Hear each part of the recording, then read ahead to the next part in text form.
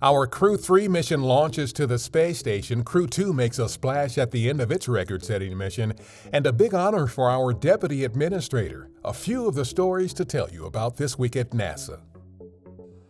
On November 10th, NASA's Rasha Shari, Tom Marshburn, and Kayla Barron, along with European Space Agency astronaut Matthias Maurer, launched from our Kennedy Space Center aboard a SpaceX Crew Dragon spacecraft on NASA's SpaceX Crew 3 mission to the International Space Station.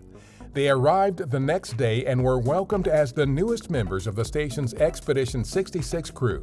They are scheduled to spend about 6 months conducting science and other activities on the orbiting outpost.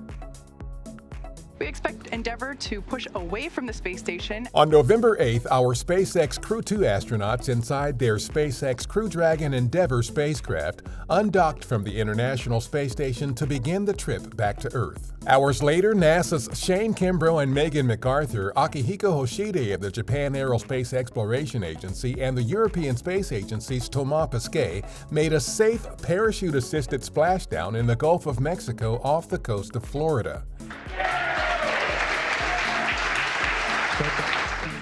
Crew 2 spent 199 days in orbit, a record for the longest spaceflight by a U.S. crewed spacecraft. Learn more about NASA's Commercial Crew program at nasa.gov/commercialcrew. Former NASA astronaut and the agency's current Deputy Administrator Pam Melroy is one of the new inductees into the U.S. Astronaut Hall of Fame.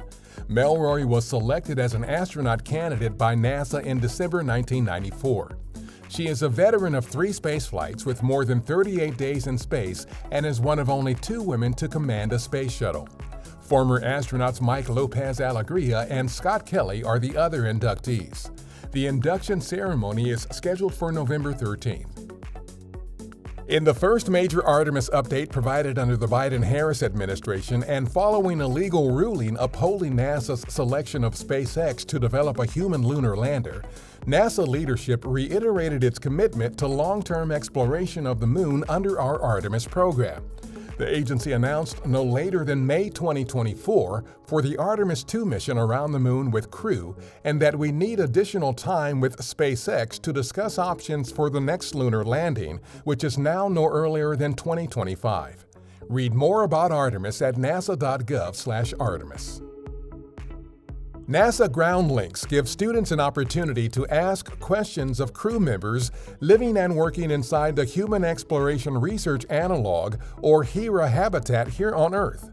Ground links are like the educational downlinks with the crew aboard the International Space Station, during which students learn more about living and working in space.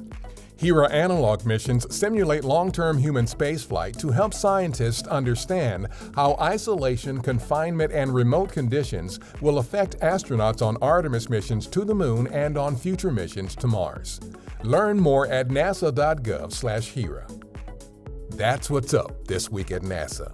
For more on these and other stories, follow us on the web at nasa.gov/Tuan.